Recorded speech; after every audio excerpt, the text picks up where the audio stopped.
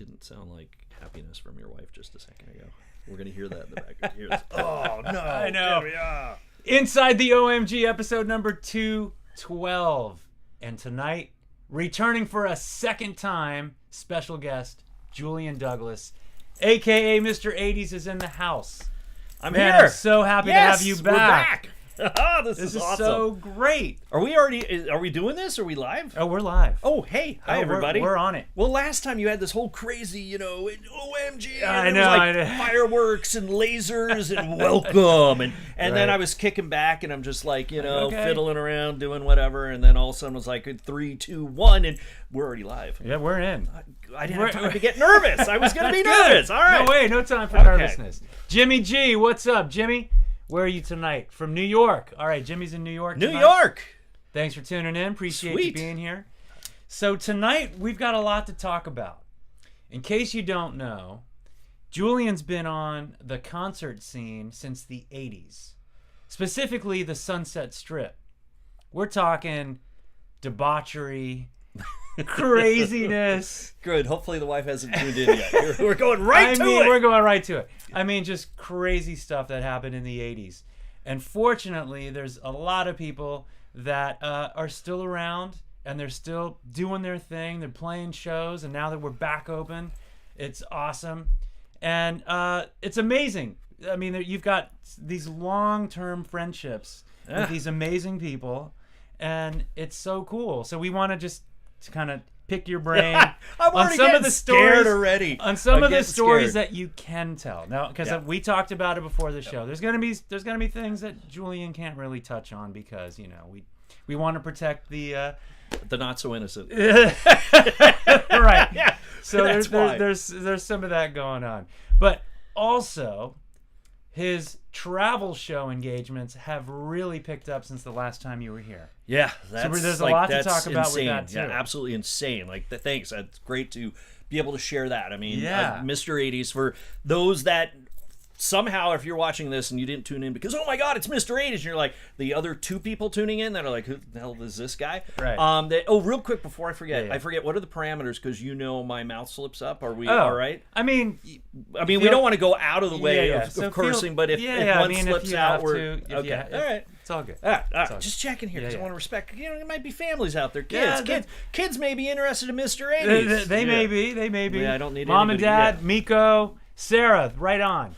Thanks for tuning in. Appreciate you being here. All right. So let me I'll say a little quick something just because just before we went live, I was talking about how I don't remember what we talked about last time. We went nuts. We went off. We were like almost an hour and a half of just couldn't stop talking.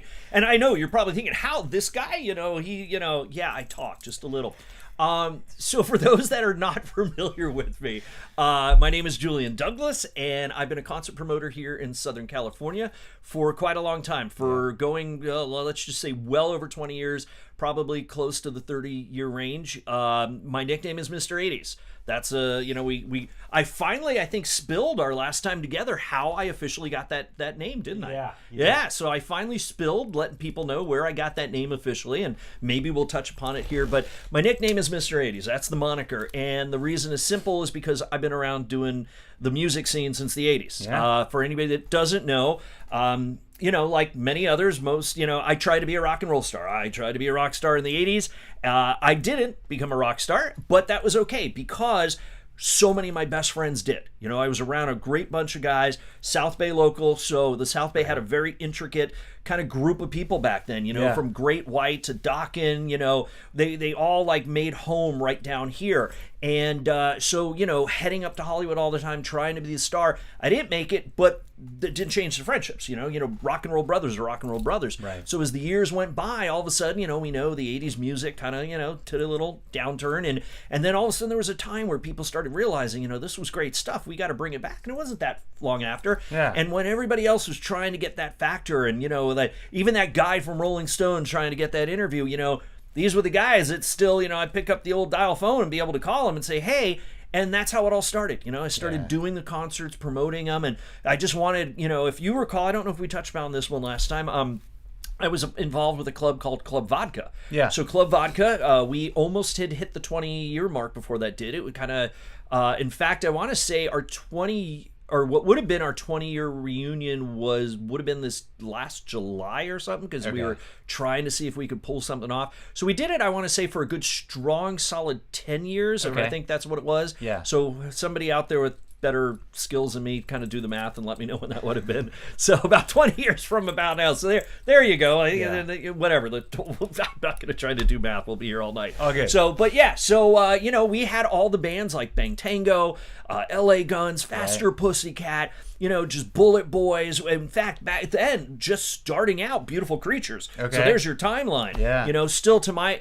Beautiful Creatures, one of my favorite bands of all time, that just so sad not many people really know about. Right. You had Joe Lestay, and he was singing. In fact, I remember one time we even did a dual bill, I think, with Beautiful Creatures and Bang Tango, where we do them one week after the other. Right. And DJ Ashba. Yeah. DJ, who's one of my best brothers. Yeah. He's a rock and roll brother, and that was when we were just first hitting it on the Strip together years later, and DJ is just mind-blowing. There's one person out there, DJ Ashby, used to be Guns N' Roses guitar player, and now is in his own right created a phenomenon. He's doing how do they call it, a GDM? Okay. Yeah, guitar dance music. Okay. So, and he is like the breakthrough person in the industry for this. That's This guy's awesome. always doing stuff. Right. So it was just a great band. Of course, Glenn Sobel, another one of my brothers, with now Vampires and Alice Cooper. So, we were able to do things that most didn't. We definitely would put on the map for that club that brought kind of that Sunset Strip dirty band circuit back, the Pretty Boy Floyds and all that, So yeah, and that was it. That's what started it. And I really grew from there. I had club nights I was doing, my first one on the Strip. And you know what? Very happy birthday. I know he is, I think, overseas. Happy birthday to Slim Jim Phantom. There's a brother right there. Slim Jim is some more great trivia. He was the one that gave me my first independent club night in Hollywood. No kidding. Yeah, when he was doing the Cat Club. How many people remember the Cat Club? Yeah. He was doing the Cat Club. Yeah. And he came to me and he said, I want you to do a night here. And it was, there were some stories from that. We were doing a thing called Torrid Tuesdays.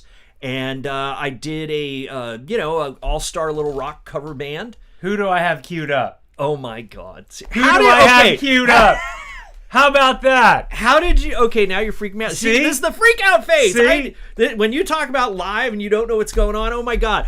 I know Slim Jim's overseas right now, but because I just saw some birthday thing they did to him. So that is great. I pulled a fast one on Julian. I told him, I said, when he got here, and I said, okay, I pulled a bunch of photos, and I'm not going to show you before the show, and I'm just going to pop them up on the screen, and you're going to tell stories. And so here, you didn't even see the photo. I had no idea. And that was my first photo queued. Wow. Well, then, before I go on, why? What were you just I'm a big Stray Cats fan. Oh, yeah. So it was just like I saw that shot, and I was like, oh, okay, we got to talk about that. It wasn't because of the jacket? Yeah. Well, you brought up the jacket. You'll have to put that back on the screen again to show the jacket. You brought up the jacket. I wasn't going to bring up the jacket, but you brought up the jacket.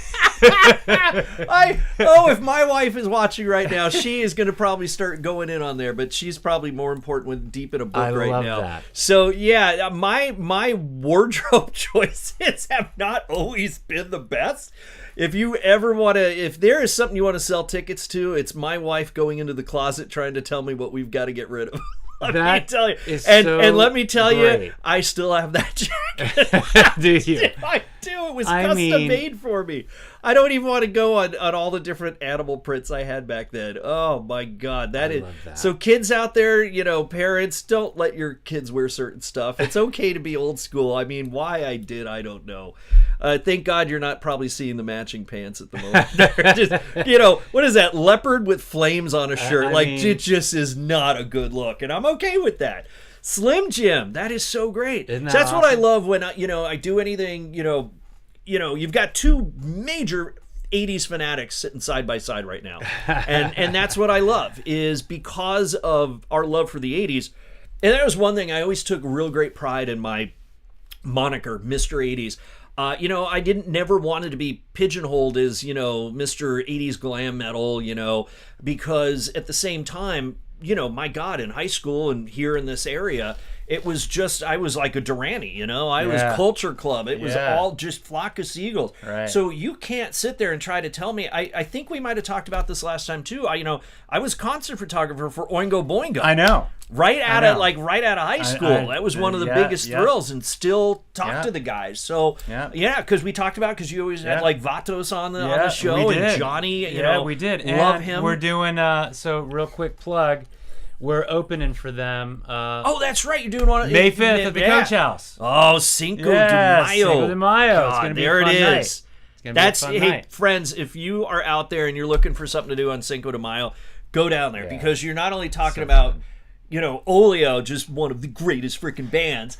And they are. It's not just BS. They are like the best band in the South Bay, according to the history of Saint Rocke. Right. So there you go. They are that's a whole nother story. That's another story. We'll get there. But yeah, I mean, the Oingo Boingo guys. I mean, you know, it's just that's history. Cool. Yeah. Freaking history. Every time I've done a show, I've got to introduce them. Yeah. I'm backstage, you know, and just, you want to talk about memories, you know, right out of high school. So that's you talked about it, the friendships. Yeah. That's why I'm able to do the things I'm still able to do right now. Exactly. And I'm so grateful for that. You know, we go out. I told right before we got on here, we're talking, and I know we'll try to get it all together.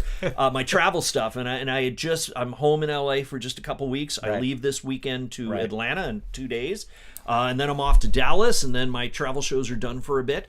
Real quick, talking about Atlanta. Look at that queued up. Look at that. There it is. For anybody out in the South, Georgia is on our mind right now. There it is. Right. So this weekend, right? So this weekend, that's right. Saturday and Sunday, and the little thing, he's showing up right there. You know, it's got my hours, and I'm on the Savvy Traveler stage. For those that are not familiar with it, for a few years now, somehow I got into the travel industry, and they give me a microphone, and I tell stories about some great travel stuff. I mean, imagine me on a stage talking. You can't imagine that, right? So thanks for plugging that one. And then that's in Atlanta. That's in Atlanta, and then the weekend after that, I'll be in Dallas. So and I've got a lot of friends and family out there, so I'm hoping they come out. But I speak for the Travel and Adventure Show, travelshows.com. I say that because it does get confusing. It's the only minor thing. Everybody comes up to me and they say, "Hey, congratulations on your new TV show."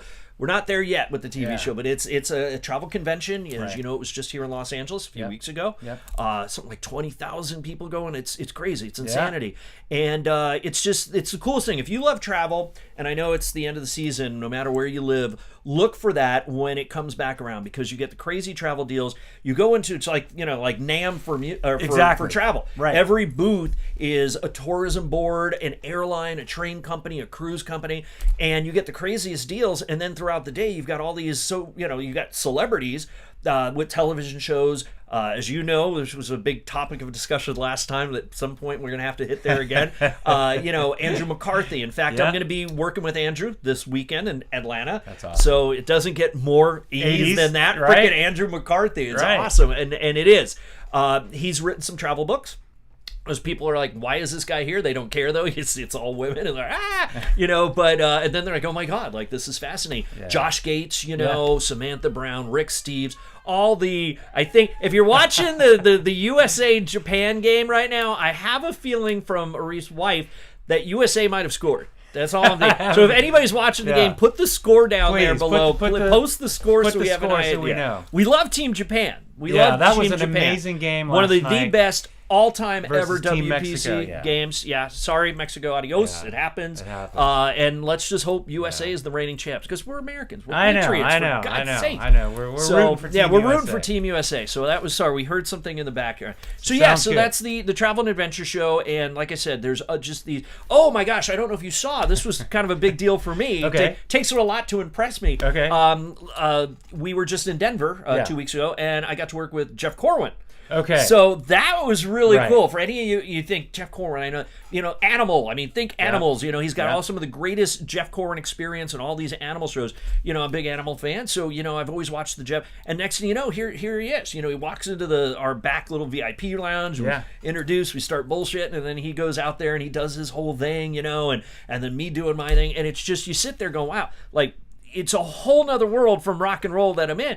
But that's the cool part of it. But that's the thing, though. There's so many similarities within it, you know? Yeah. And you've got all of this experience, your experience to share.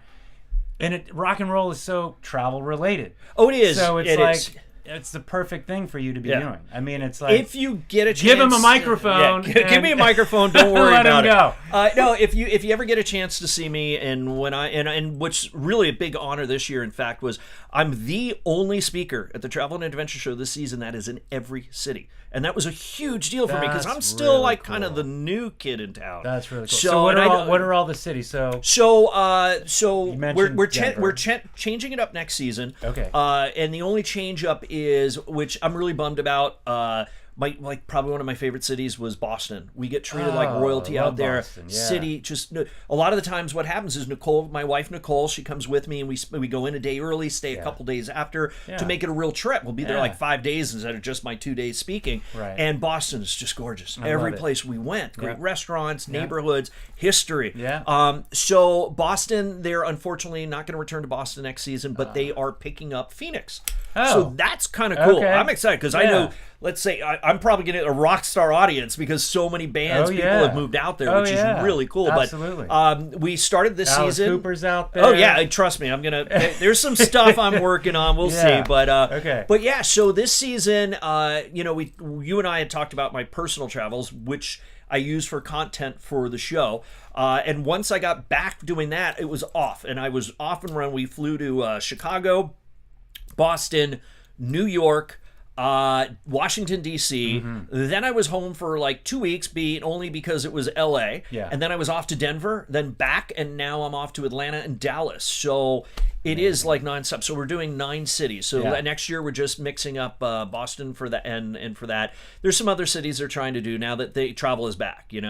But I'll just say this real quick, so people are probably going, hey, I get a little bit of the, where does music come into all this? Well, that's my pitch. That's my thing. When I take stage, they advertise me on the website. They advertise me in the programs.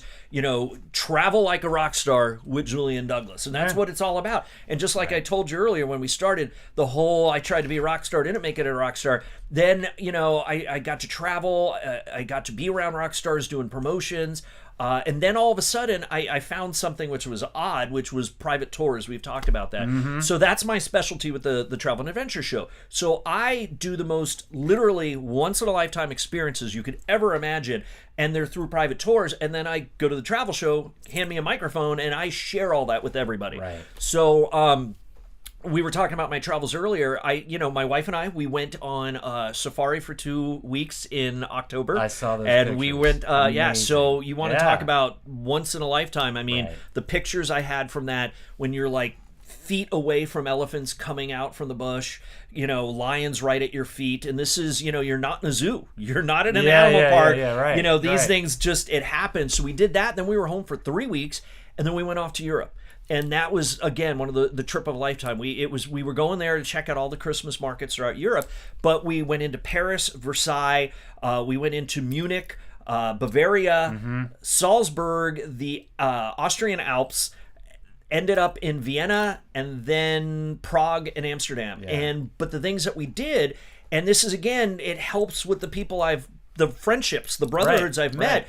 And those relationships I've been able to, to really just meld together and just be incredible. So, like, right off the bat, it was our first morning. We went out to Versailles, and we met a guide that was a friend of ours, and she took us into Versailles. We spent the whole day going where the public doesn't go. Yeah. So that's how you want to travel. Yeah, I'm taking yeah. 200-year-old keys, putting them into doors, going into like Louis XIV's bedroom, Louis XV's office.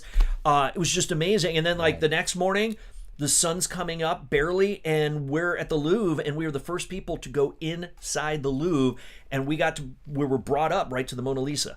And hello. And so I'm excited, but the insides are excited. And we got to see the Mona Lisa, just Mona and I. I make jokes when I'm on stage. I show video and pictures. Mona Lisa and me. And there we are. That is it. Nobody in the room. So if anybody's ever been there, they know that, the joke I always like to say is, I actually was surprised how big Mona is. Because everybody else, they see Mona, it's like that teeny because you're in the back of the room, you know, but it's actually painted in life size. So if you're right there in the frame and everything, it's like that big. So it is actually a good size. So, but the whole trip was that. Everywhere we went, places, Neuschwanstein Castle, the fairy tale castle in Germany, you know, in Bavaria, and, you know, going into the Alps, and we just did that. And then the cool thing is all of a sudden, like I said, weeks later, I'm in Chicago, and I get to tell everybody, and as you can tell, I'm still excited. It was really something else, and so that's where I'm doing this with the travel. But the whole thing is, how can I travel like a rock star? Now, I'm not a rock star, but how can I do that? And then I don't ever want to, I hate using the word teach, but I kind of share the insides of what I'm doing and kind of how easy it is. You can go on one of these websites and look, oh, this, you know, is one private tour company, and you front of the line do this or skip the line and do that. And that's how somehow I've transitioned to Mr. 80s rock and roll to sharing my secrets, but to like families and 85-year-old ladies to travel. And it's probably one of the greatest experiences I've ever had. When you have an 85-year-old woman come up to you waiting to talk to you when you get off stage. This isn't like a concert, right? And they come over, and first you think, because I will admit, when I'm still getting used to it, I go out there and there's hundreds of people out in the audience, and you know, the age level, you know, and you know, the hair may be a little more gray with a lot of them, but you know, hey, this is their time, the sunshine years to go out there and sunshine or sunset, one of them. Let's say sunshine. I like sunshine. Sunshine, that's right. So you know, I had an 85-year-old lady come over to me, and she said her husband had just passed away. And they had gotten tickets to go to the travel show, and she was just like, I'm just going to go. I didn't want to be in the house. It was going to depress me. And she goes, I just figured, you know, it was fascinating seeing everything. And he goes, and then she goes, your speech and the places you talked about. She goes, we were going to go to Italy. And she goes, and then I was like, I'm never going to go to Italy. And then she goes, and I watched everything you said. And she goes, I still have to go to Italy. I have to go because of him. And she was talking to me, and she goes, I'm going to go in a gondola. She goes, I saw your video of you going down these little different canals, and she goes, I need to do that. Absolutely. And I'm going to say a little prayer for my husband, and I'm going to look up to him. And like, I'm almost getting teary. I almost cried. And I gave her the biggest hug, and I gave her my info, and I said, if you have any question, but I said, just promise me you do this. Do this for you. Do this for him. And I mean, to have these people, you touch them in that way is absolutely amazing. And I've had countless encounters like that. It's just absolutely incredible. And then, I mean, that's really the point, is being able to embrace your gifts and then share them. I mean, that's really what it's. I mean, it's one thing to be able to story tell and you know, have beers with your buddies and talk about those years in college and, you know, the frat house. But the things I'm getting to experience now in this part of my life, which is not young anymore, and my wife and I, we're going out and doing all these things, but I'm getting to share these experiences, and it's literally changing people's lives. It's like, so they're impactful. like out there. A lot of the private tour companies that I've done stuff with, they happen to also have booths there. So it's kind of cool to be able to on stage and like talk loud on the microphone and see them turn around and go, see that lady over there? Go over there and talk to them about this. And then they come over, and I'll walk by later, and they'll go, we just had like 8-10 people come on over here and book tours with us because they want to do the things you did. This is incredible. You know what I mean? Well, it is incredible. I want others to experience. We do this with music.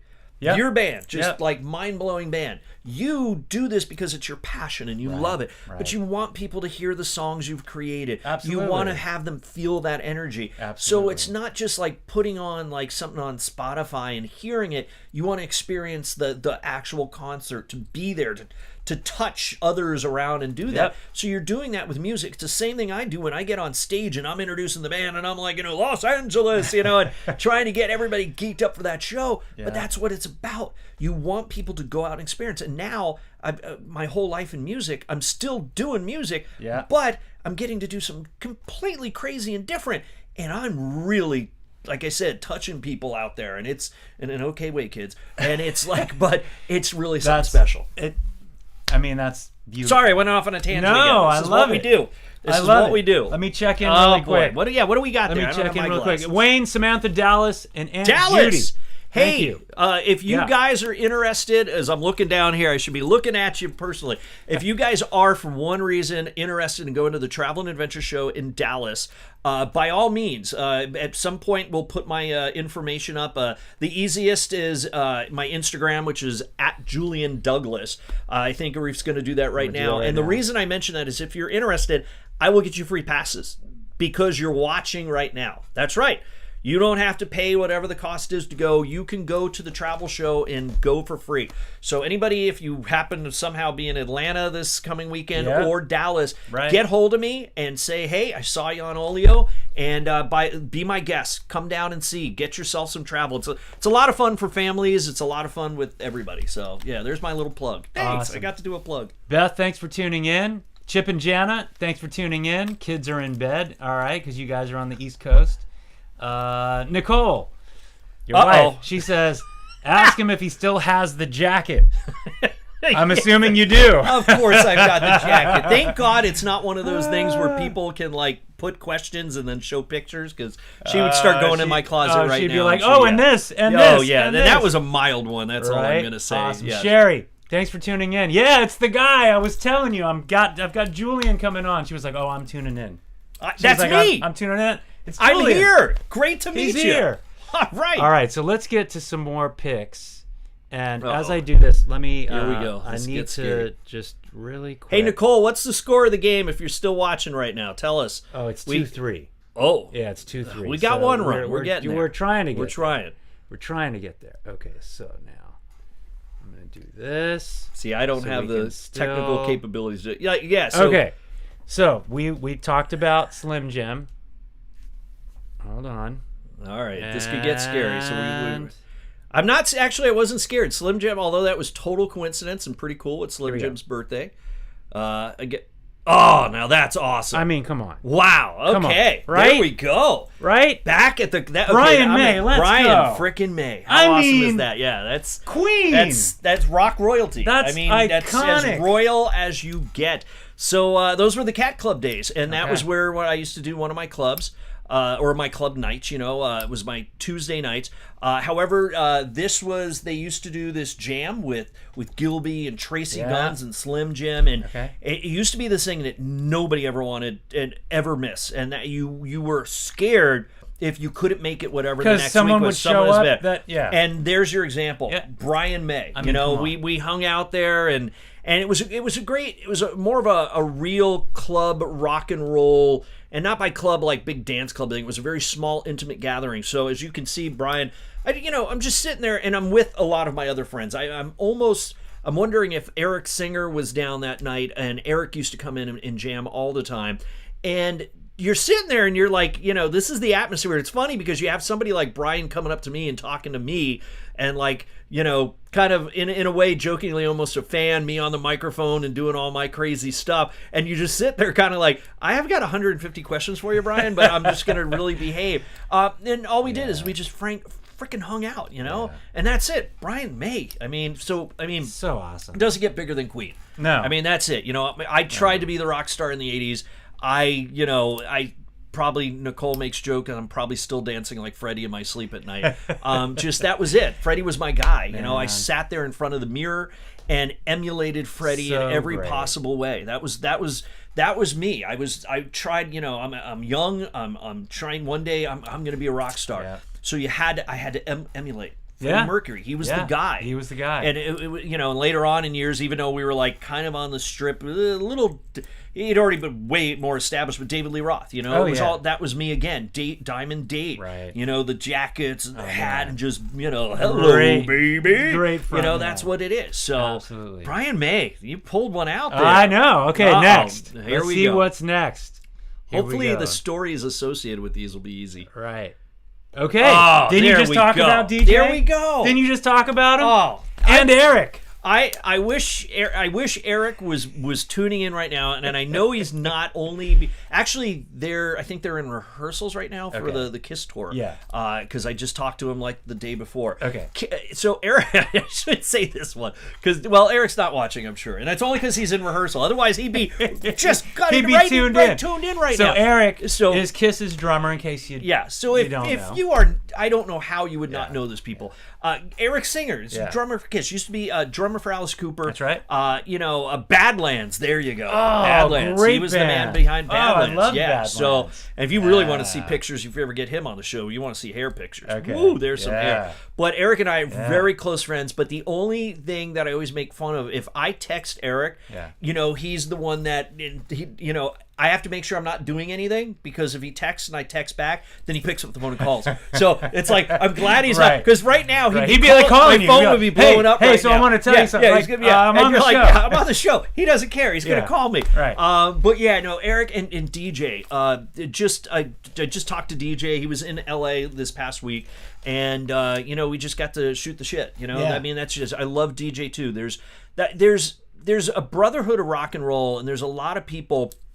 I went to Ultimate Jam Night up at the Whiskey, right, which is usually around every other Tuesday or whatever. And I had just over the years been so busy doing my stuff, I never get in there. And of course, everybody that does it, they're really good friends of mine. Yeah. And there was something going on. I forget what the reason was. It was like, I'm going to go down. I'm in town. I'm myself doing all the club promotions. I've got to get my face back out there again. It's been crazy the past few years.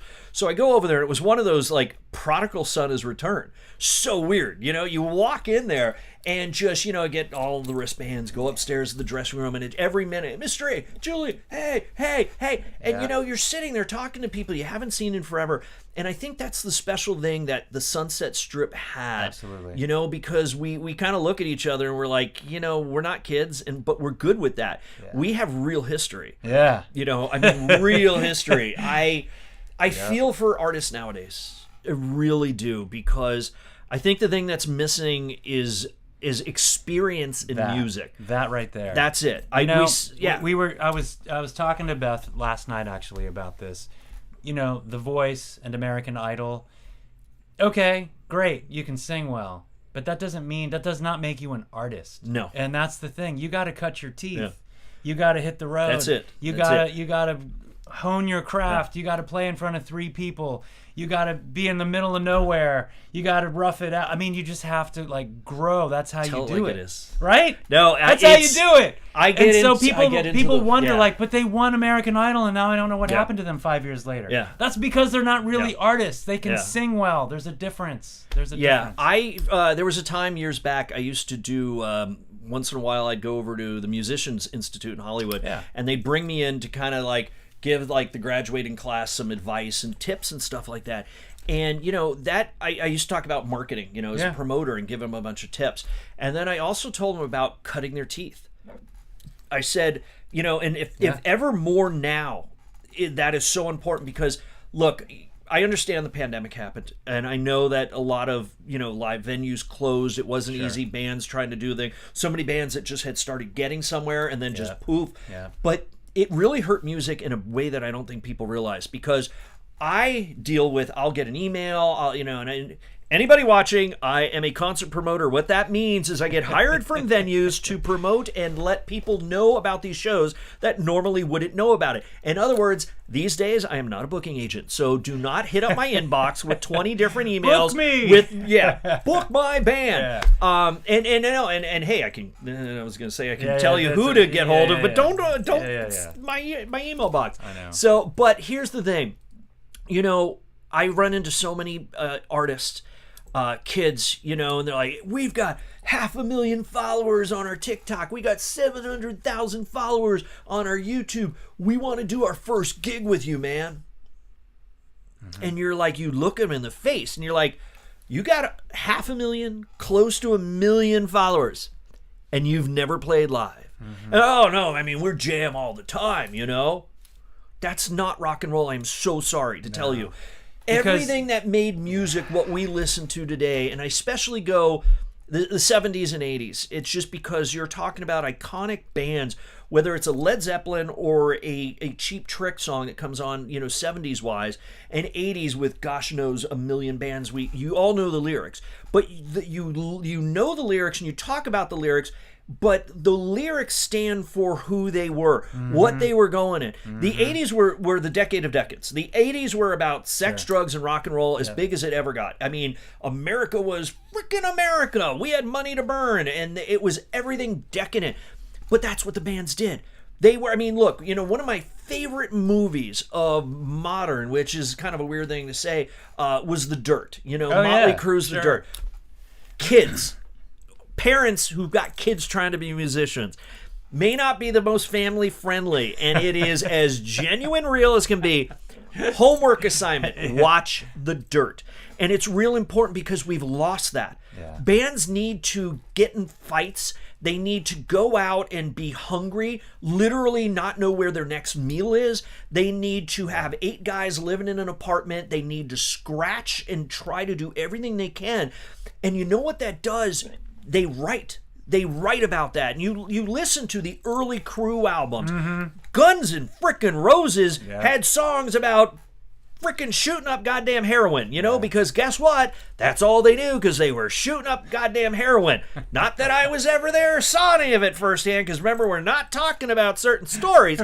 I'm just saying that, but it was bad. They had horrible times. Those horrible times gave them something gritty, real to write about, that they could sing about. And that's what makes the difference. Now, I'm sorry, but it's marshmallow fluff out there. If you're in your parents' basement and you're just watching American Idol and going for an audition, which is a glamorized karaoke crap, pardon my French, there's a million great, amazing talents out there. But there's more to that. You want a song that's 40 years down the line, 50 years down the line. Right. That's still resonating. That's still, I mean, that's the thing. Think about that. We were talking, my wife and I, Nicole and I were talking about some just random song that came on, and it was like from like 1973 or 74 or whatever. And I'm like, oh my God. And, and I make the joke about, to my wife, because she's a little younger than me, just a little bit younger. And, she goes, oh yeah, that song before I was born. And then I go, and yet I remember as a kid singing, my mom would play it, I hear it, and I knew the lyrics. The reason I say that, 1973. It's 50 god. It's 50 years later. 50 years later. And it's still. I mean, I was in her belly at the time or something like that. But no, I mean, think about it. 50 years later, that we hear songs that we can recite the lyrics of 50-year-old song. And of course, you can get into Beatles and Elvis. But I'm talking about the grit, the nasty rock and roll, destroying a hotel room type of rock and roll. You don't have to go out and be freaking bad. For God's sakes, you don't go out there and break windows and shit. Right. I'm just saying that you need to experience life. You need to go to bars. That's, I mean, if I could go on a tangent right now, let me start going on a tangent here. I mean, we see it with all the dating apps. My wife and I get into those conversations. We met before there was such thing. So we don't understand it. We don't understand any of this crap. I'm so glad. And that's but think about that. It has to do with music too. Think about it. Kids these days. They don't disposable. Right. They have to use an app. There's no communications. They don't in high school date like we did. There was just so how do you write about that? How do you write about teenage angst? You know what I mean? How do you write about angst if there's no experience? You got to do that. But that's what makes rock and roll still great. You don't have to be a kid. You can. How many bands that are 50-somethings that are still trying to make it, and how many 60-somethings or 20s or 30s?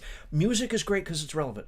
People like you, you're not a spring chicken. No. I know you're way younger than me, kid, but you play because, you have success. I play because I have to. Like I have a soul. thing. It's who I am. It's your insides. I don't have a choice. So we're probably going to get into. We're going to talk probably briefly about Saint Rocke. It was one of the just fabulous, great venues. But the reason I always make a lot of jokes is, we're friends, but our friendship came from his band Olio playing Saint Rocke. And they used to open up for a lot of bands, like we talked about at the top of the hour here, is, opening up for the Oingo Boingo guys on May 5th. So, they're playing with freaking Oingo Boingo. That's cooler than shit. I'm sorry, that's it. And they had Motels, Martha Davis, one of my friends, I love her. They played all these great bands. So a few years back, and a few years before a few years, because that damn chunk we're losing, there was Saint Rocke did a Battle of the Bands, the best band from the South Bay. And the year before the pandemic ended, they got robbed. And in my opinion, they were the band. That was it. There was no question. So they came back, like basically, just to all you people out there, they were like, no, we are the best. Right. South Bay has great musicians, but they're like, no, we have something different. Right. And they came back and they blew the freaking roof off that. We had a old school battle of the bands. See, that's another thing. Kids, get out of your freaking parents' basement. Am I right? Battle of the bands. I know there's kids like they're looking at, if I say what, AOL, they're like, what the fuck is AOL? Right? What's dial-up? Right. They're going, what is Battle of the Bands? Yeah. It's when local bands, wherever they were, get together to play a few songs on the stage, battling it out that night. And if they won that night, coming back to do it again with others until a crown was given. Yeah. These guys got the crown right before the damn pandemic. I know. They were it. They won. But it was everything. Everybody said that. They blew away the competition. We're talking really great bands. And I was proud because it was difficult for me.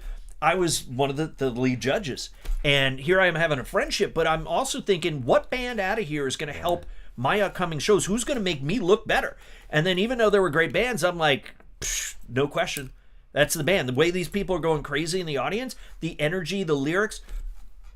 I'm going to give them one more advice here and then we'll go on. Okay. So this is something that bugged the living daylights out of me. And I always used to say this. What I loved about the band, Olio, and especially just eye contact with everybody out there.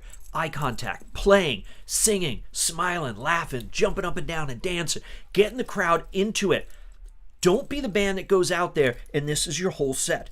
You're just looking at the ground, either because you have to read your set list off an iPad, or you're not looking. You're not Jim Morrison. You can't get away with that. You can't play with your back again. There's only one. It's all about Jim this. Morrison. You wrote the lyrics of a song. Yeah. Don't you want to see what the person's emotion's about? Yeah. That's what it's about. So there, I'm off my pedestal. I'm back down. All right.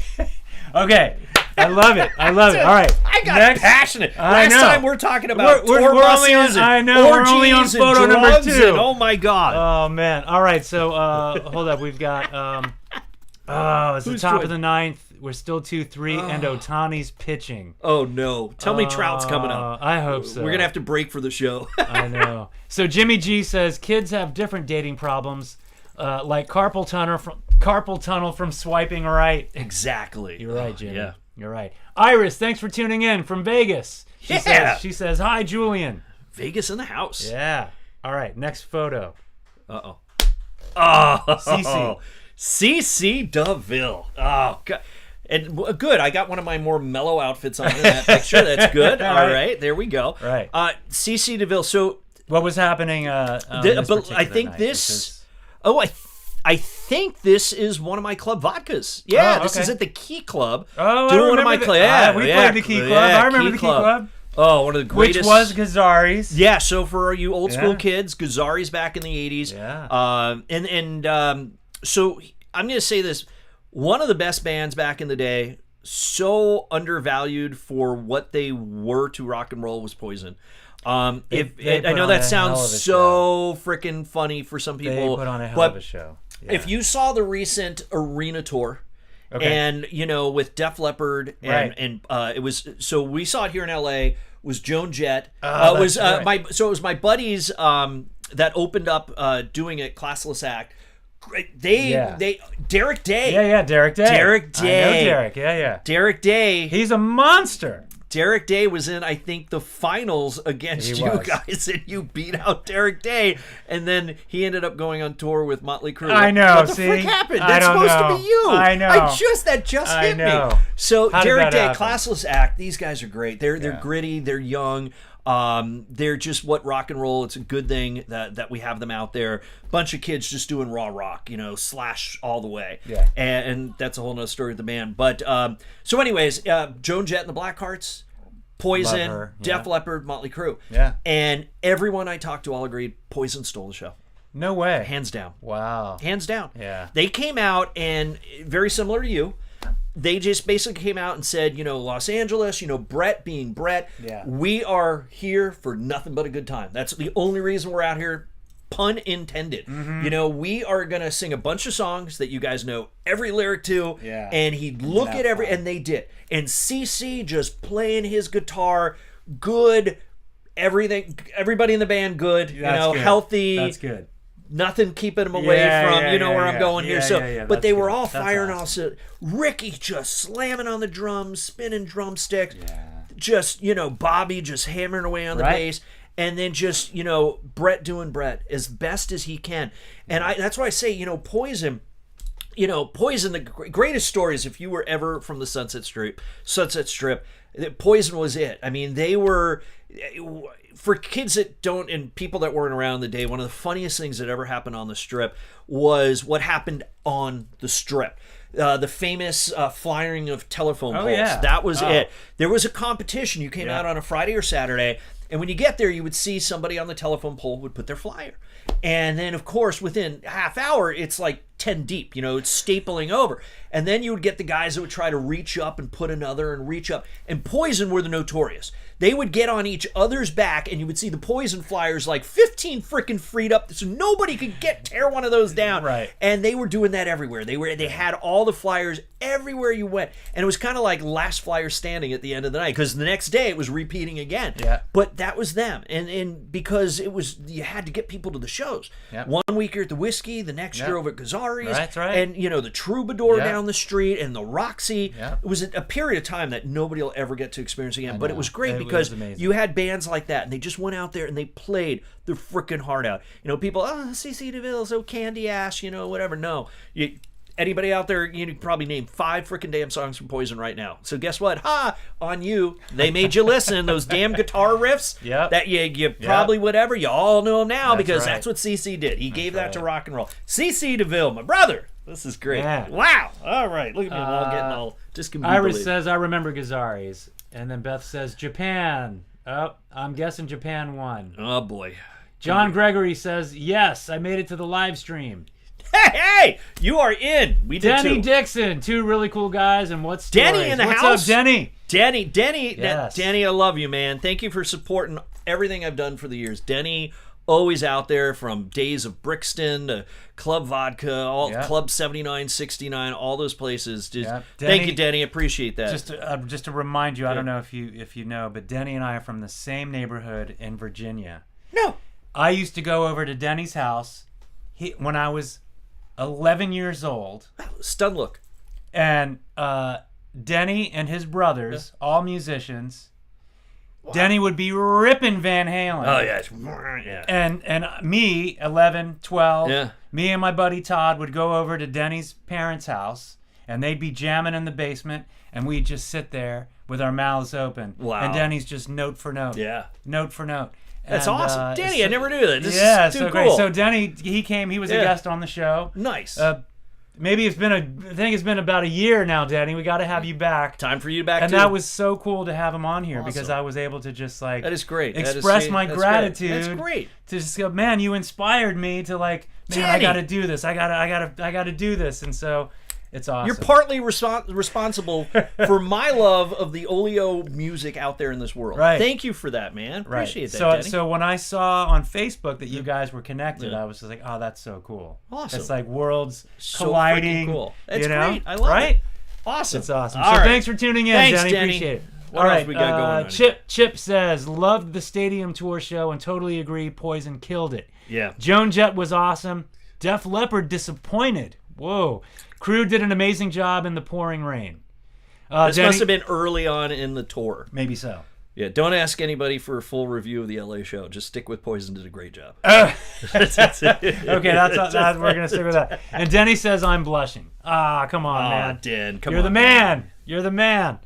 All right, next photo. Uh-oh, we're going back to the photos. Going back to the Thought photos. if I rambled enough, we wouldn't. Come on. Oh. ZZ Top, are you kidding me? Is it Are you kidding me? Is it because we have a ZZ sighting here, or is it because of another article of clothing? That's Oh, wow. Wow, that's just bonus. That's just bonus, Nicole. Come on, Nicole. Oh God Right? Almighty! So does Julian still have that jacket? Oh yeah, he Inquiring does. Are you minds want to kidding? know. It's still I in the closet. probably did next it- to the leopard print. No, that one's been Yeah. worn in the past year or two too. Some glam rock show that I had. I don't know if I still have the same shirt, but oh yeah. I mean, Come on, that's awesome. I once this is great. I once wore that jacket. I was going to get this. I was doing some hosting or tour managing with Silent Rage. Oh. Silent Rage Okay. doing and they played in Manchester. And I flew in, and I flew into London. Met the guys. We were in that Manchester, jacket? and in Manchester, I went out with that jacket. I love it. And I was not the most fondest man in Manchester wearing that jacket. I'm just But gonna everyone is like, hey, Yeah. who's that guy? Who's Yeah, that American yeah, guy? yeah. Who's that dude? ZZ Top. That's a I good one mean, right there. No, right? yeah, look at that with old Black Bobby in the picture. Man. Oh man, Bobby has been a brother of mine since the 80s. One of my best friends. Unfortunately, lives in Tennessee now. Okay. So I had to put that out there because I realized I just said "Oh Black Bobby," and hopefully we don't have a crowd that's going to rip my ass on that one.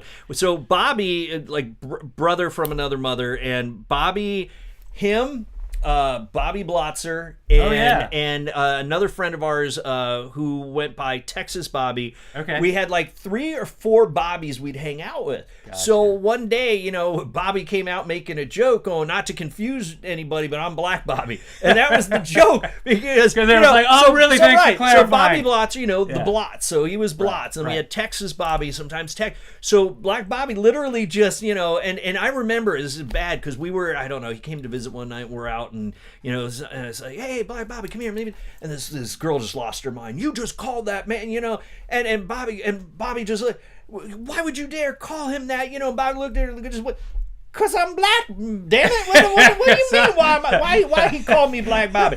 And he's from Tennessee, and he's got the accent, and I can't help it because he's a brother. And I don't care what group awesome. that you're in, he would still say, I'm Black Bobby, damn it. I love it. And that's so sorry. But we hung out there, and as you could see, great moment, ZZ in the house, and that was Cat Club. And that personality of my buddy Bobby, you just said, that's why he was just sitting there rubbing his head, trying to get some a little good juju. get that juju Yeah, off of him. it's like- And he ended up got some wailing on vibes. guitar, doing what he does. And it was just another one of my nights with brothers in rock and roll. I mean, that was I love it. Damn, you pulled the Yeah, oldies pulling out. out. Denny also says, I loved playing Howl at the Moon on Julian's night. Oh man, that was great. That was up at one, Universal? That was one of my best. That's how I met my wife. There you go. That's how I No met her. way, I met Howl at the Nicole. Moon. So Okay. I was doing for about 6 years Howl at the Moon. This was probably about. Well, I can tell you because I met my wife there. Yeah. About 16 years ago. I'd been doing it for about 6 years. And Howl at the Moon at Universal City Yeah. Walk. It was just one. It was Howl was famous for the dueling pianos. Right. So it was a dueling piano show. I convinced them to do like an 80s night where what would happen is basically I would come in at like 9 o'clock and start introducing several players to get up and join them instead of just pianos, a full band. Yeah. Then what I did is I kind of brought in a ringer, and I brought in one of my best friends, Dizzy Reed from Guns N' Roses. Yeah. So I'd bring Dizzy in to sit on yeah, guitar. yeah. And then, so that brought other musicians in, and we did a real jam. It was... That's so And cool. I'm not knocking, of course, anything of all the jams out there, but this was a real jam. Yeah. Like where Yeah. I had to have that microphone because I get on stage and I see so and so walking. I'm like, hey, from so and so band, look what we got. Right. We got to get them on up here. Get them a Yeah. drink and bring them on up here. Yeah. And then he would talk to the other guys for like 3 minutes, saying, what song do you want to do? Backs to the audience, and then they would just break in and just play whatever. It could be Zeppelin, it could be Van Halen, Sure. Skinner. They play stuff, and a lot of times their original stuff. And so I did this for like 6 years. I'll do the quick plug. So right downstairs was Tony Romas. Yeah. And my wife was like the bar manager there.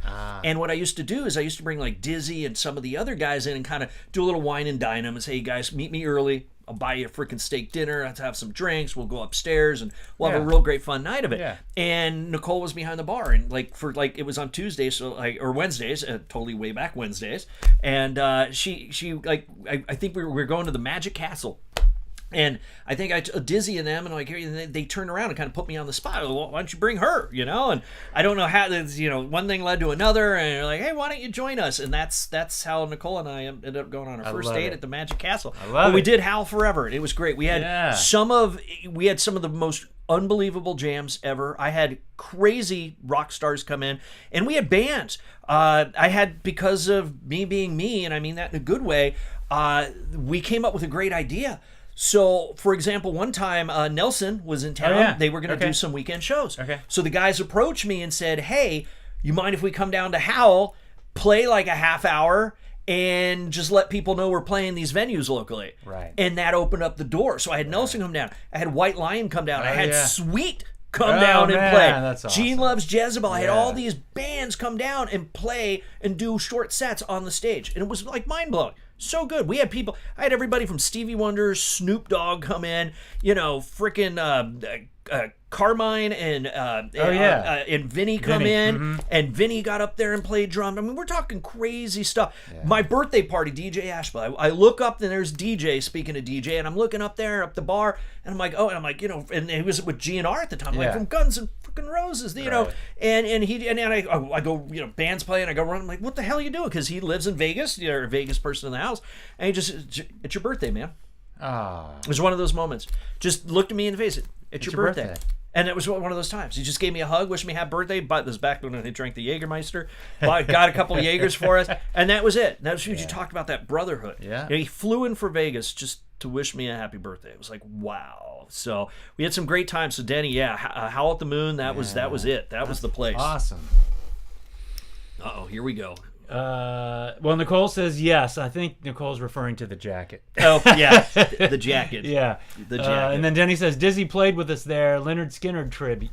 Yes. Mm-hmm. So cool.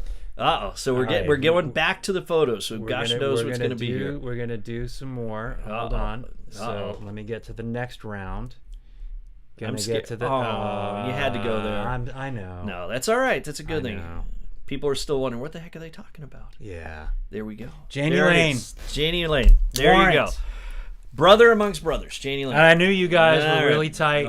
And so yeah, not anybody in music knows. Janie probably, Janie, one of the greatest songwriters and singers in music history. And people, unfortunately, because of the word warrant, a stupid thing to associate, saying Warrant, just such a great band. Those guys, all my brothers as well. But because of that, it was like the curse of the word Poison, or so many of those other bands. Glam rock 80s. No, Janie was just a mind-blowing songwriter. So much depth, so much emotion.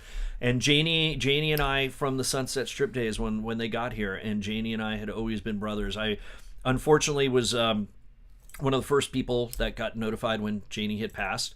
I was one of only a handful of people that went to his funeral that was out here, his service up in Malibu. Janie, to this day, my wife and I, we had our wedding in Puerto Vallarta. It was a very small destination wedding on an estate on the beach. It was mind-blowing. And we came back and then did like a party for our friends to come down. And I was doing a bunch of shows at the Brixton. And Janie brought us, he was in the studio. He was still doing a freaking new album in the studio right before he passed. And he came down and he brought a Roman candle. And he comes up to Nicole and I and gives us a big hug. And he goes, I literally have a couple minutes and I've got to head back to the studio. But I had to come down, I had to wish you guys love. And I wanted to give you this Roman candle. And we're kind of looking at the guy laughing like, all right, cool. Yeah, right. And he turned to us and he just said, all I want you to do is one day, I want you to go down to the beach and I want you to light this Roman candle someday in the future and think about us. And to this day, I can't do it. Can't light it because once it's gone, I'm like, I don't know. I wish I could smuggle that thing in a suitcase and like bring it to like freaking Italy and like go out on a gondola and do that in the middle of the Grand Canal or something crazy. But no, I mean, there was so much sentiment behind that gift. It was something so dorky, but there was so much emotion because of all the decades of friendship and closeness we had. Janie came down to Howl at the Moon several times. Okay. Sadly, Janie, one of his very last public appearances, I think it was when he came down to the Howl. He came down and jammed. People were just blown away, and he just did his thing. Yeah. And we were inseparable. I mean, there's some fun stories out there. I mean, there's stories of course I could never freaking tell, because he was a brother, and things that one I will say. I'll tell you. Here's a good rock story for you. I can kind of get away with this one. I hope I can. So if you're a Janie Lane fan, you might remember when he was on Celebrity Fit Club. When he was on that show. And which I believe, if I'm correct, Janie won. I think Janie won. All right. How, I do not know. And I'm saying that, so I'm glad you didn't pull that picture up. Actually, I remember that one. That was L.A. Guns L.A. Guns was playing at the Whiskey, and that's Janie and I together, just hanging. I mean, freaking healthy, beautiful man right there. And so I have been a member of the Magic Castle for over 20 years, as I'm sure you know, and go there all the time still. And I used to do parties at the Magic Castle. These were really crazy, great parties. Right. I would have if you've ever been to the Magic Castle, very exclusive, membership only type of club.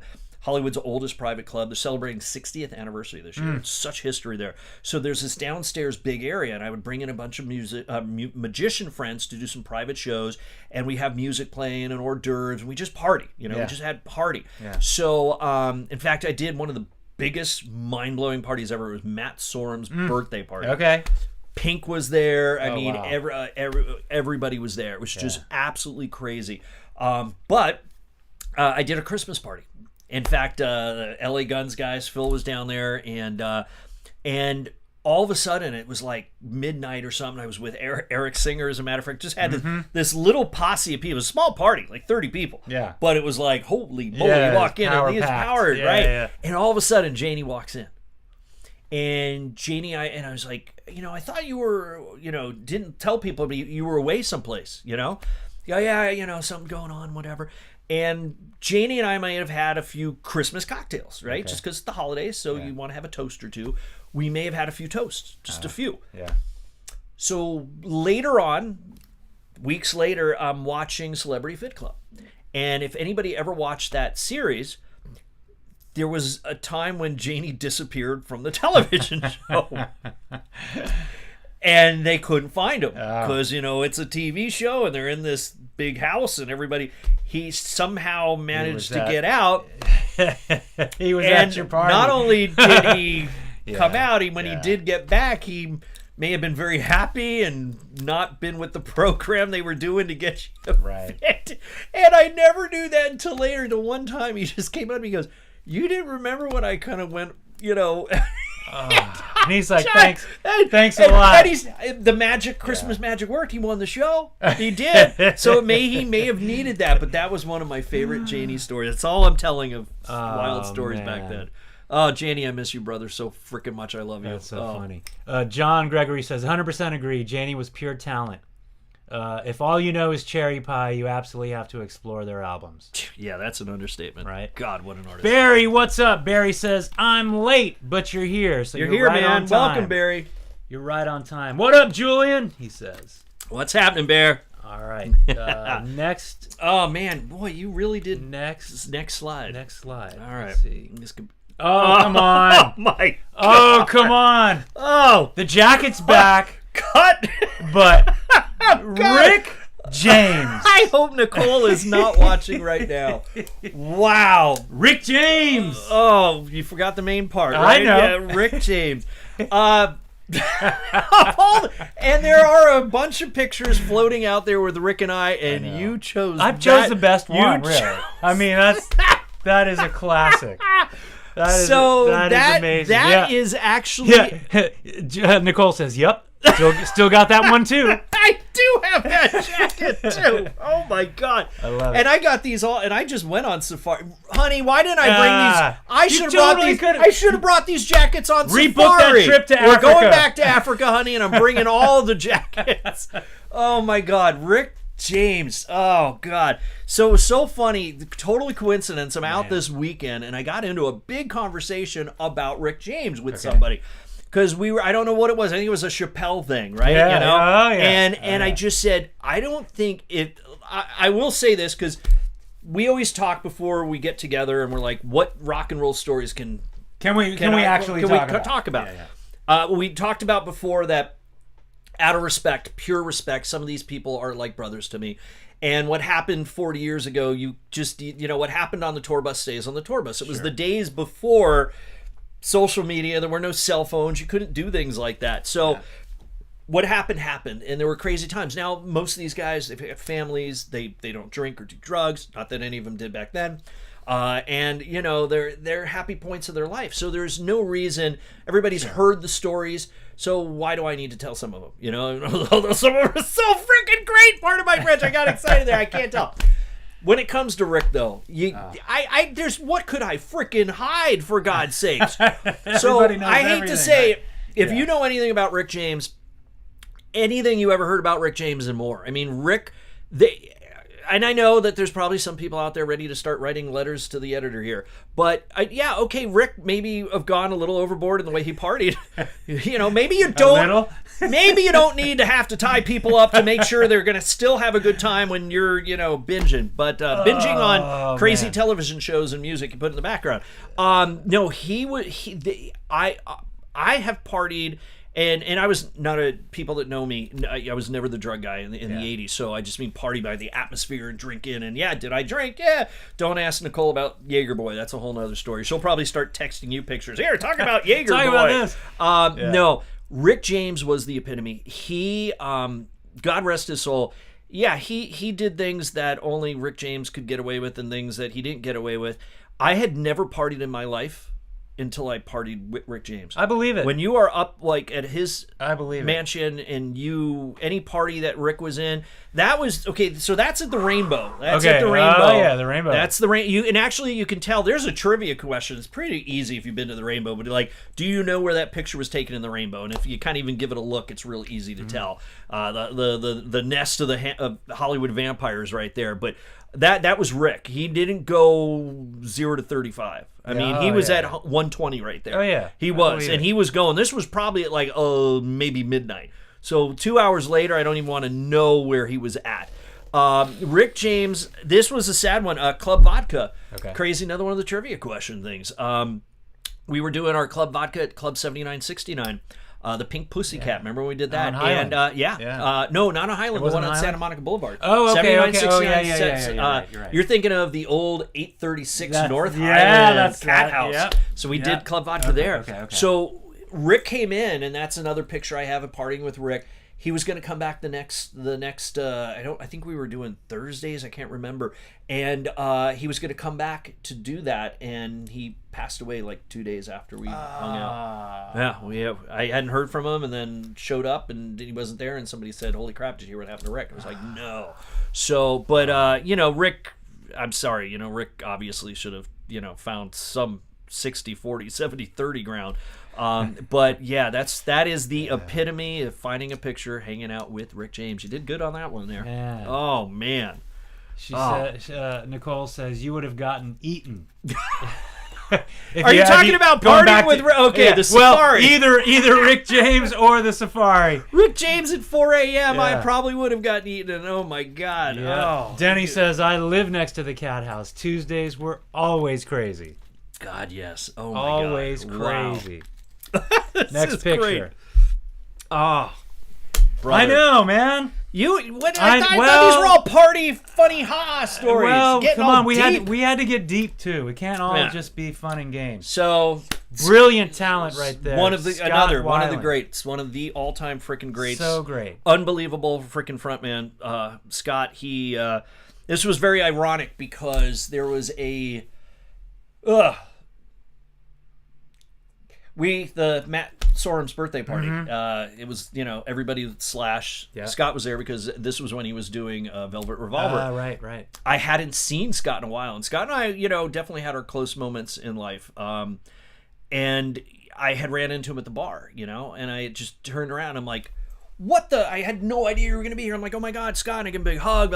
And he just sadly turned around, with a double cocktail, and it took him 30 seconds to realize who I was. And I felt so fucking upset. I was so mad, and then all of a sudden it was like a light switch hit, but boy, he turned around and it was so upsetting. And then it's not a secret, the man had demons, unfortunately, as some of the greatest talents that are out there, and ended up having a great night. It was so wonderful to catch up. And then just, great moments over the years. And then this picture right here is very significant. Scott was doing a solo tour, and that was at Saint Rocke. And we were upstairs at Saint Rocke. I actually had been talking earlier that night about that night at Magic Castle, and I said that to him. That wasn't maybe the greatest point in Scott's life right here. And sadly ironic, I did the show, the next show right after, which was House of Blues in Anaheim, and that would be the last times I saw Scott because just a couple weeks later, I don't know if it was in Texas or whatever, to me, a rock and roll brother, one of the greatest, frontmen, singers, just an absolute talent around, and that one was a hard one in a different way. Like when we lost Janie, I never saw that happening. Janie, everybody's going to get their opinions out there. Yeah. Do I believe how he passed? I know you can give me all the evidence in the world. I have an issue with it still to this day.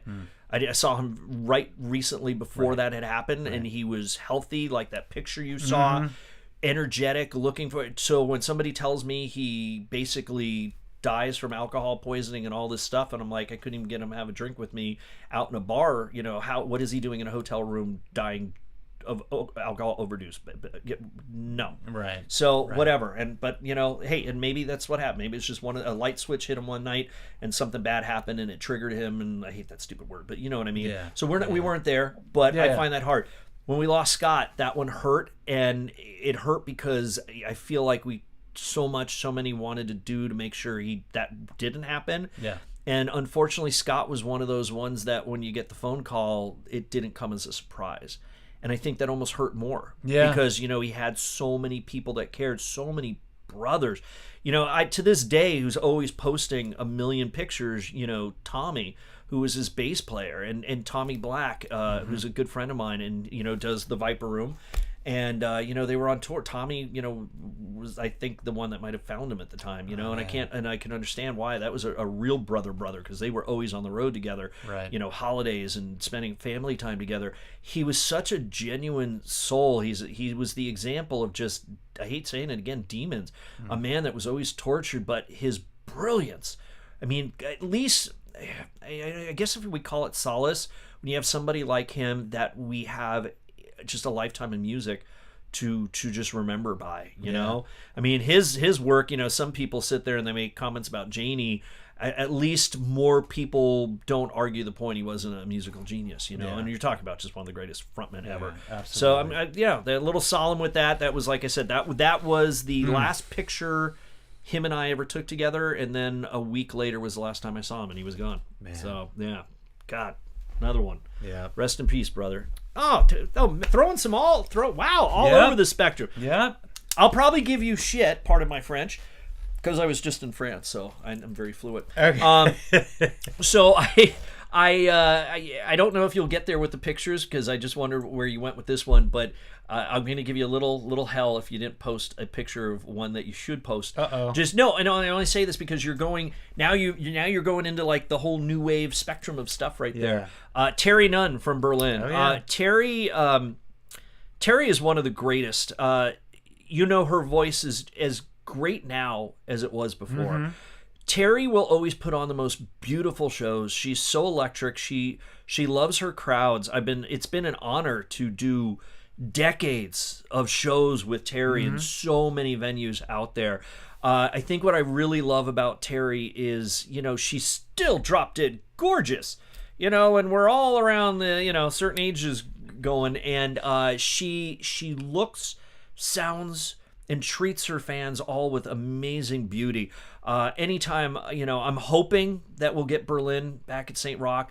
Those were my favorite, and that's where we were at I think that might be Saint Rocke. I don't have my glasses on because we have like 100 pictures together. And Terry, the Saint Rocke shows were so special because like anything with Saint Rocke is because it was so intimate and tiny. Right. I know at the top of the hour we talked about Saint Rocke. For any that don't know, Saint Rocke in Hermosa Beach.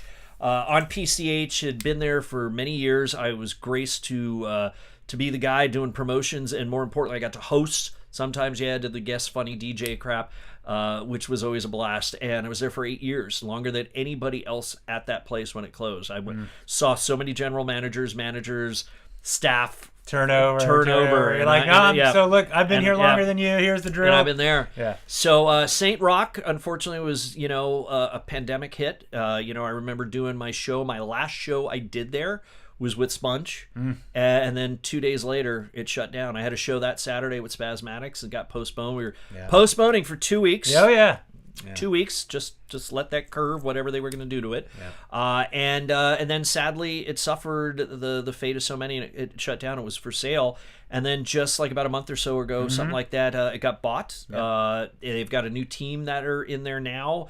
They did some gutting. I got some intimate. Oh, they did. I got some pictures that I'm not allowed to show of what they were kind of up to. I don't know what it looks like at the moment, but they were going in there. Okay. I think it's going to be a work in progress. Okay. I think they have a lot of things that we all know you as a musician want them to do. Sure. In fact, come to think of it, I don't know where it's at, but Saint Rocke posted someplace where they even said that, like, please give us your feedback and let us know if you could change anything. What would it be? What did you miss? What do you want to see? And I still haven't had that chance yet. I actually had a nice conversation, texting at least, with the owner. Okay. So I'm back, which is really cool. That. I'm back. I think April 8th is my very first show. Okay. And I'll be doing it with the Ragdolls, Nice. the Aerosmith tribute. Those girls are amazing. So it's a great kind of show to kind of ease in, and then I'm going. I've got Spasmatics. I've got English Beat Return. The greats of the greats. Yeah. So the point of, if you, for some reason, if you live out of town, you don't know Saint Rocke, what makes it special? It was a place that only had a capacity of 275 people. It was very small, and we had bands like from Skid Row to William Shatner. I mean, we had crazy type of spectrum, but mega huge bands that played the Tubes, English Beat, that played this place. And that's what made it special. So Terry in Berlin, they did so many shows there, and there were at the time really not a bad seat as far as distance goes. Yeah. And there'd be bars and columns and stuff. So I hope they're addressing that right now. But what a place to see an artist like and Terry Nunn. Yeah. So I'll be curious what might be coming next. Oh, well, let's see. Okay, all right. While you're queuing that, I'll do a little plug here. Since we've got some friends that are out there that are LA local, one of the other great venues that, gosh, I wish we could get Olio in, is the Bourbon Room in Hollywood. So that's reopened. It's been open for a year now, a little over a year. The Bourbon Room in Hollywood, which is the old Ivar. Right. I even did Club Vodka there. Oh, wow. The last Club Vodka. Okay. It was at Cinespace. Okay. And we had an arena rock band who featured, and I'm just drawing a blank of the name, but Ray Luzier was on drums. Oh, no way. From frickin' Korn. From Korn, yeah. He was the drummer. Wow. And they did arena rock, and it was mind-blowing. It was great, and they did, just all kinds of lighting and factory. Yeah. So that's the venue. The Bourbon Room was created, and where the name comes from is from Rock of Ages. So the Rock of Ages, the play, the movie, that's the club, the Bourbon Room in it. And if you go there, it looks like you're inside the Bourbon Room. Gotcha. They decorated all. They dumped $500,000 in sound and lighting. So it is such a good place to see a band. And I've been doing shows there for the past year. In fact, there's rumors that they played around on social media saying to people, how would you like to see the Rock of Ages show return? If they do, I want everybody to hit social media and you tell them that I should be the host. That's right. But I just wanted to give a plug. I'm doing a show next Wednesday there. And it's the Keith Richards, which is Gilby Clark's one of Gilby's 150 side projects that he does. Yeah, and it's a fun one. That. It's Gilby, of course, is on lead guitar and singing. Sean McNabb from everybody, Great White Dokken, even I think House of Lords is on bass. Yep. Playing on this show is Jason Sutter on drums. He does. He's on the Joe Perry tour right now. Okay. He's been with Cher, Foreigner. And then Mike Mangan. Mike is a keyboardist who played with Emerson. So he's one of the big guys that people try to bring in to do that freaking solid sound. Yeah. So if you are in LA next Wednesday night. Okay. Oh, and this is cool. Yeah. This just got added. The Brown M&Ms are opening up. The brown M&Ms. Yeah, I know the brown M&Ms Yeah, story. it's a Van Halen tribute. That's funny. Toshi from the killer Toshi, one of the guitar player. greatest guitar players. He's Yeah. on the Jimmy Kimmel show. Yeah. So if you watch Jimmy Kimmel, Toshi, that's the man. He's guitar going to be player. playing, and it's Eric Dover is Okay. singing.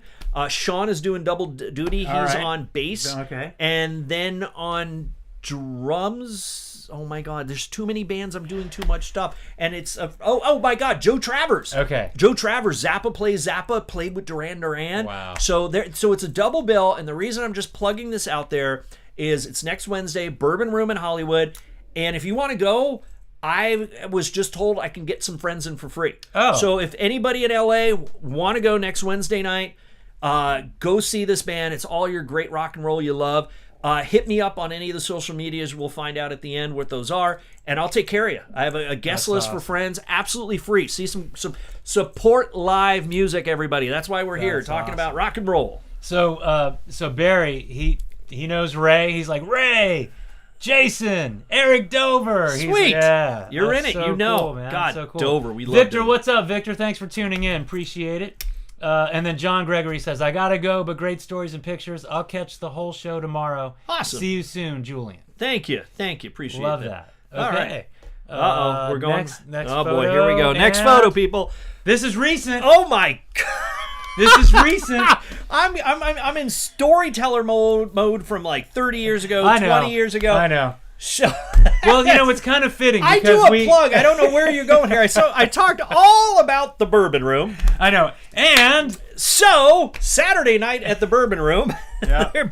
Billy Joe Armstrong from, of course, Green Day. Day. Probably, in my estimation, and probably not the only one that thinks, is probably the greatest modern punk guitarist out there. He was just unbelievable and still is. Great writer. So I had a show Saturday night I was hosting. I love Bourbon Room. That room I told you is mind-blowing. And Bourbon's one of the ones where I'm up on stage, getting the crowd going, bringing the band on. That's awesome. And it's always an experience for me because the band, they're taking stage. 100 times over playing stages, how often, they have somebody just, either give the thumbs up and the band walks out and you just start kind of one more tune and then play. That's why I love doing what I do. I get out there in front of the crowd and I'm in their face and I just start talking and we get the energy up and give it up for whoever it is. Yep. We had Zepp Arella. Oh, yeah. I had never seen them, and I got to work with them. Oh my God, these ladies are mind blowing. It's an all-female tribute to Led Zeppelin. I love it. They rock. And Billy came down to the show. It turned out he had one of his side projects that played Sunday night for his private birthday party there. Okay. And so he wanted to come down, check out the band, see how everything was, feel the room. Yeah. And Billy was so great. It's so funny because of the show today, I got busy doing stuff. I was going to post, I have another picture with me and the Zepparella girls and Billy, and I'll probably post that tomorrow. I think right when we got off stage, probably horrible lighting, like doing something like that. But Billy was with everybody. The girls from Zepparella got great pictures. I had got a bunch of friends, like 10 friends that went with me to the show. Every one of them, In fact, probably one of the funniest ever. It's ironic because I know he wanted to tune in, but he does a show at 7 o'clock every night. Oh, wow. Melrose Larry Green. No way. So 7 Melrose, o'clock, okay. Melrose Larry Yeah. Green, for any of those who have shame on you. Howard Stern, right? Yeah. Howard Stern show. So Melrose came down to the show. Melrose is such a good friend. Melrose loves me, loves my wife Nicole. When we were doing Howl at the Moon, he used to always come down, and if you know Melrose, he was famous. He used to stand on Melrose with these big signs, comical stuff. Howard got on the show and it took off, and he would just basically, sadly, would always make fun of Melrose, this quirky old guy with gray stringy hair, and Melrose, used to do some stand-up, so it was a great bickering thing they would do. Melrose always came down almost every Wednesday night. He showed up at the Travel and Adventure Show here in LA and had a sign, I love travel thanks to Julian Douglas. So when I used to do Howl at the Moon, he used to come down, and this is one of the funniest things ever in my life. God bless this man.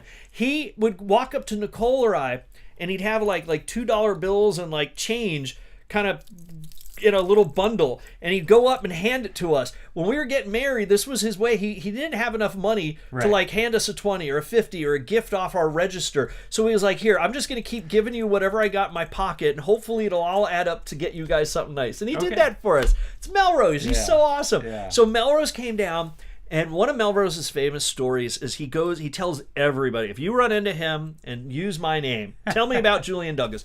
He's going to get so excited. He's going to say, oh my God, Julian Douglas. I met Eric Burdon, my hero, thanks to him. He did a show at the Greek and he introduced me to Eric Burdon. Eric Burdon, I met Eric Burdon thanks to Julian Douglas. He's the last great promoter. And so he went all over social media going, Julian Douglas introduced me to Billy Joe Armstrong. I met Billy Joe. I got a picture with Billy, and Billy and I talked for 20 minutes. He went up to him and he said something like, hey, Billy, I met you like 20 years ago. You were opening up for like Kid Rock on Jones Beach in New York. And they just started talking for like 20 minutes. Melrose came over, so excited. Oh, he's the nicest guy.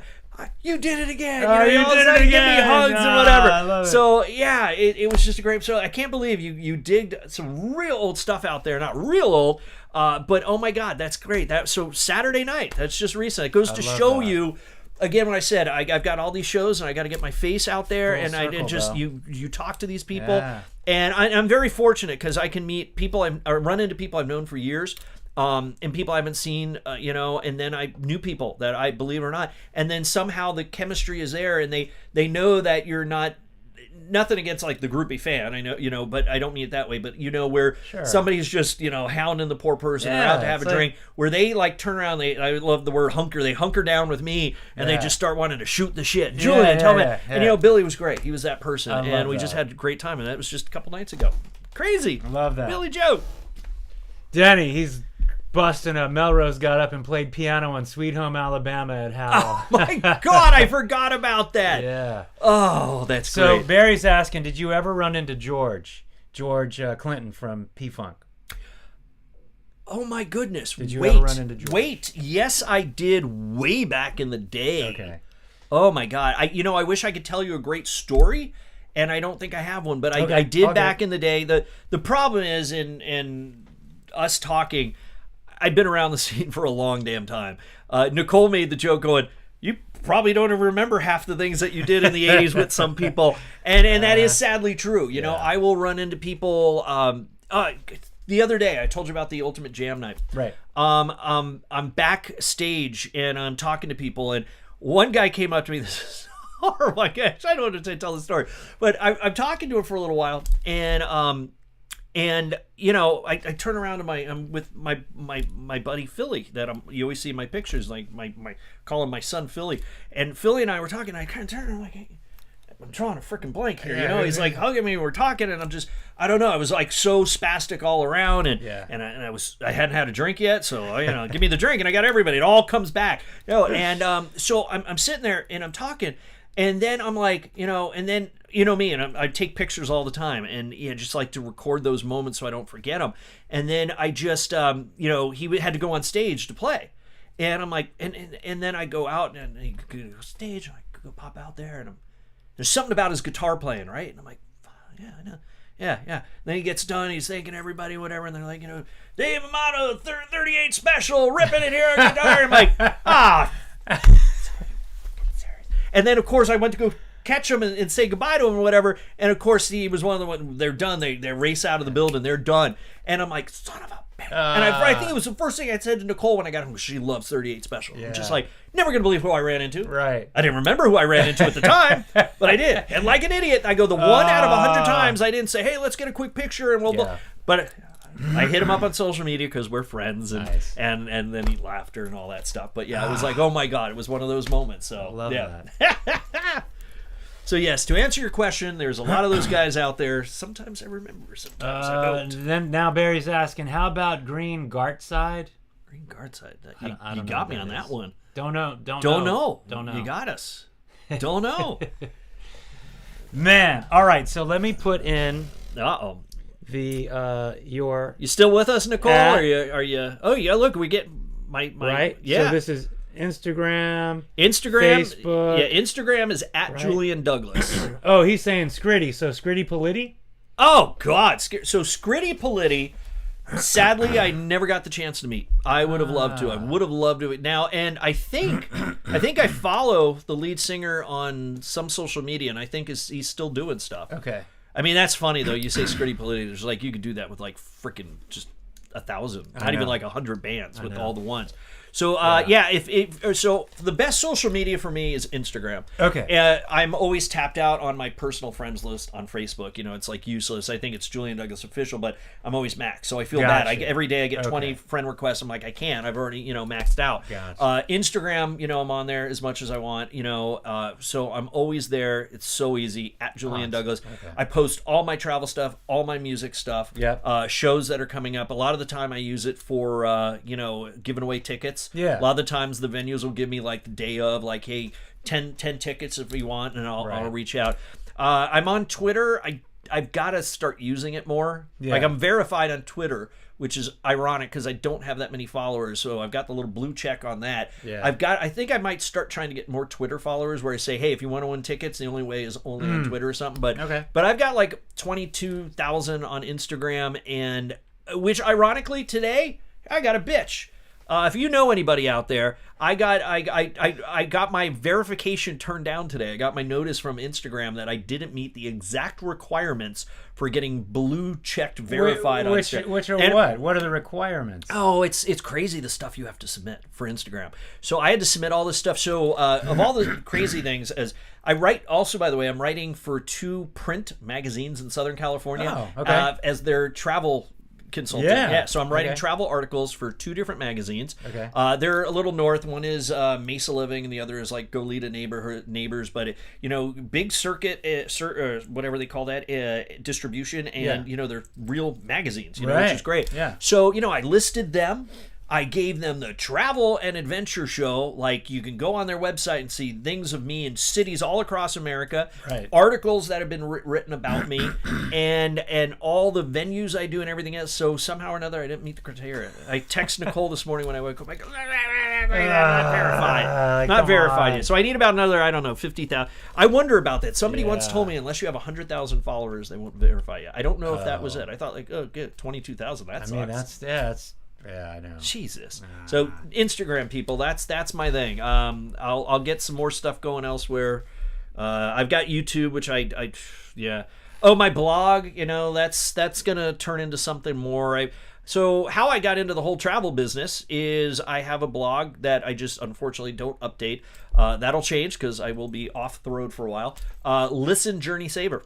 Right. That's it. You'll see the hashtag all over on Instagram. Yeah. So that's what it is. Listen, Journey, and Savor, VOR, SAVOR, because people think like savior. No, I'm not your savior.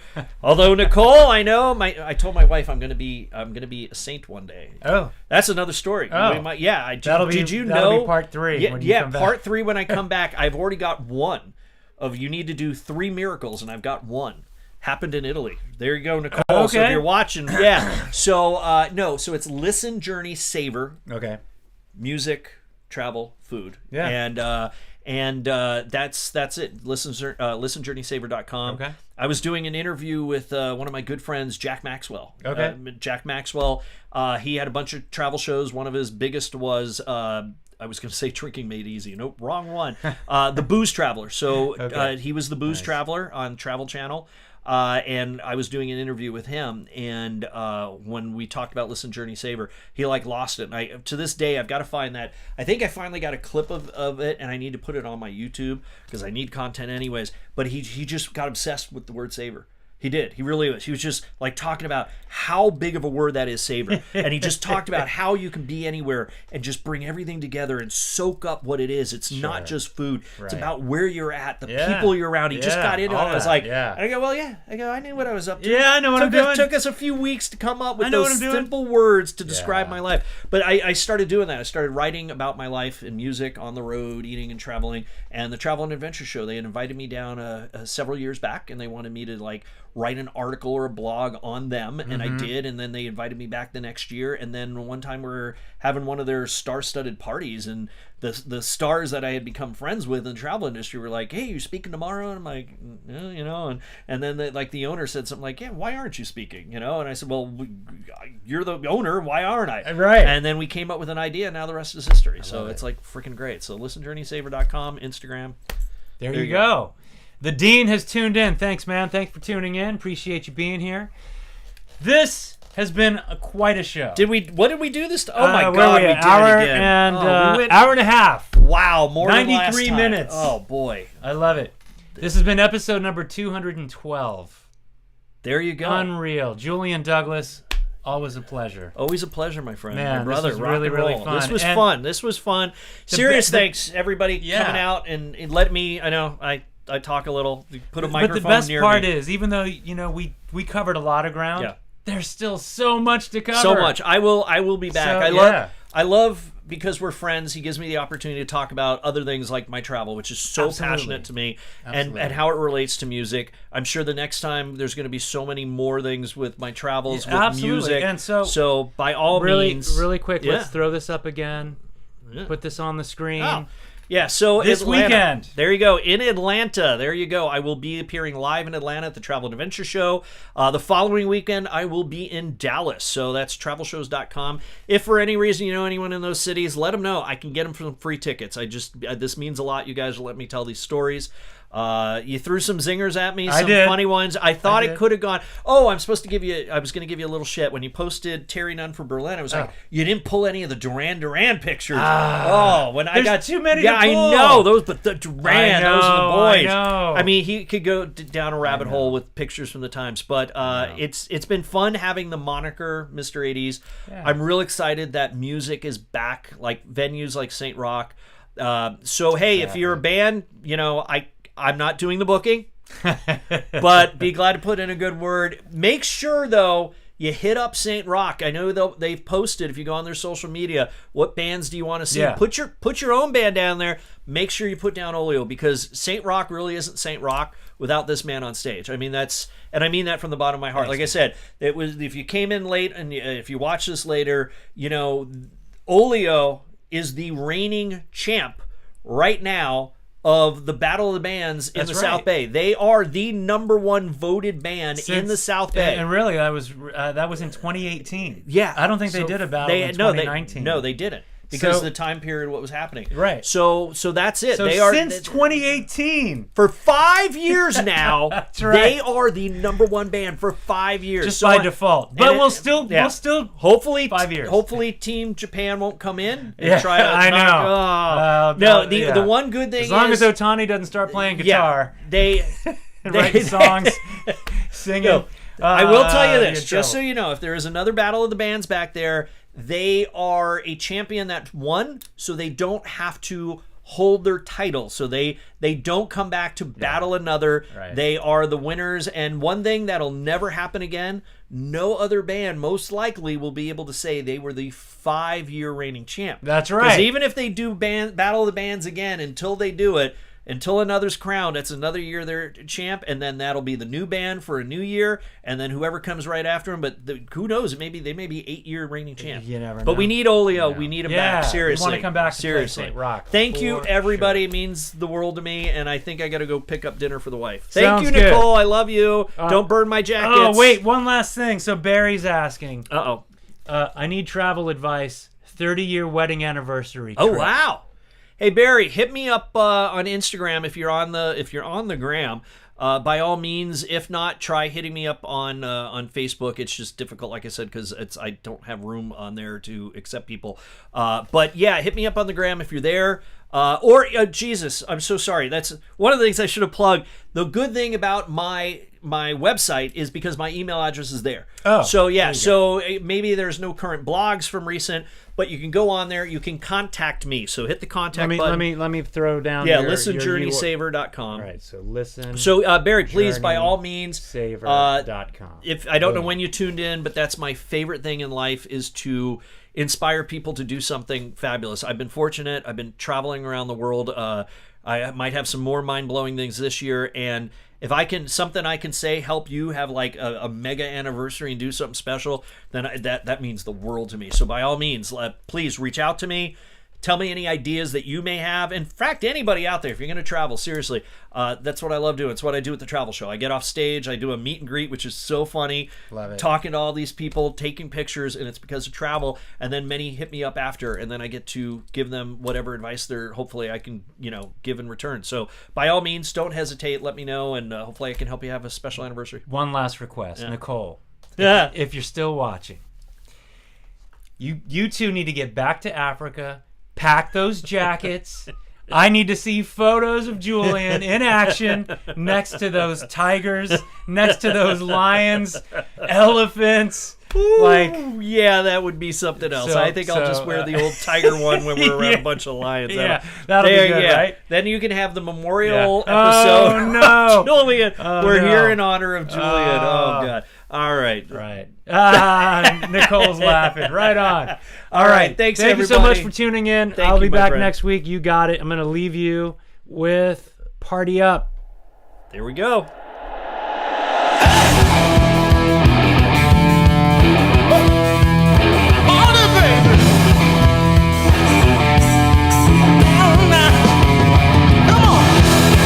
On the town with me and my boys. Here we go. Rolling whips and making some noise. Looking for action, some satisfaction. Looking to cause a your timid reaction. Tonight is going down in history. Hey, gonna spend that money. This party's going up and down the strip. Where you can rock or you can be hip. Mix it up. It doesn't matter, cause all that matters is that you create a beautiful disaster and take your party to the highest peak. When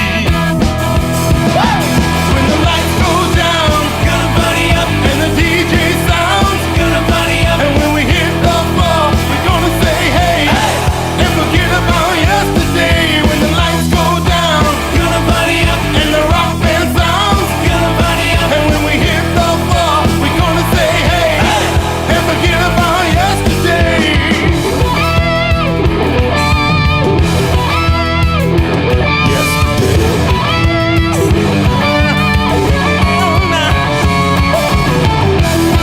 You can meet at a club or a bar.